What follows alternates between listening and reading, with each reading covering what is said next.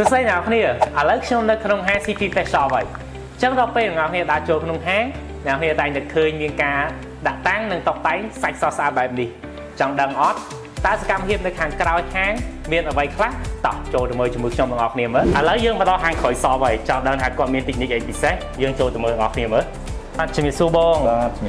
បងពេលខ្ញុំដើរចូលសពបងមិញឃើញថាការតុបតែងសាច់បងមានភាពស្រស់ស្អាតមែនតើហើយទំហំមួយឃើញថាស្មើគ្នាមែនតើអញ្ចឹងបងមាន technique អីពិសេសក្នុងការកាត់ដែរអាចបង្ហាញប្រាប់ខ្ញុំតិចបានទេបងបានអូនដោយសារតែយើងរៀបចំសាច់ហ្នឹងទៅតាមស្តង់ដារដែលក្រុមហ៊ុនកំណត់ហើយមួយទៀតហ្នឹងគឺយើងកាត់សាច់ទៅដោយម៉ាស៊ីនយើងមានម៉ាស៊ីនកាត់ឆ្អឹងម៉ាស៊ីនស្លាយសាច់ស្រស់ម៉ាស៊ីនកិនសាច់ហើយនិងម៉ាស៊ីនស្លាយសាច់បាទបងអូខេអញ្ចឹងខ្ញុំចង់ឃើញពីរបៀបកាត់ផ្ទាល់អញ្ចឹងបងអាចជួយបង្ហាញបងអូនអំពីរបៀបកាត់សាច់បន្តិចបានអត់បានអូនបាទតោះមកបងកាត់ឲ្យ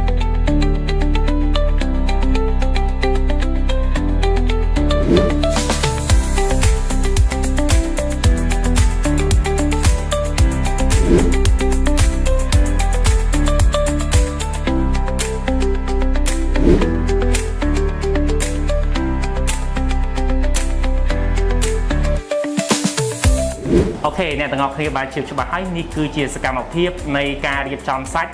នៅក្នុងហាង CP Fest Shop អញ្ចឹងហាង CP Fest Shop នឹងបំពេញរាល់តម្រូវការរបស់អតិថិជនដែលចង់បានសាច់ស្រស់ៗកុំភ្លេចណា CP Fest Shop សូមអរគុណ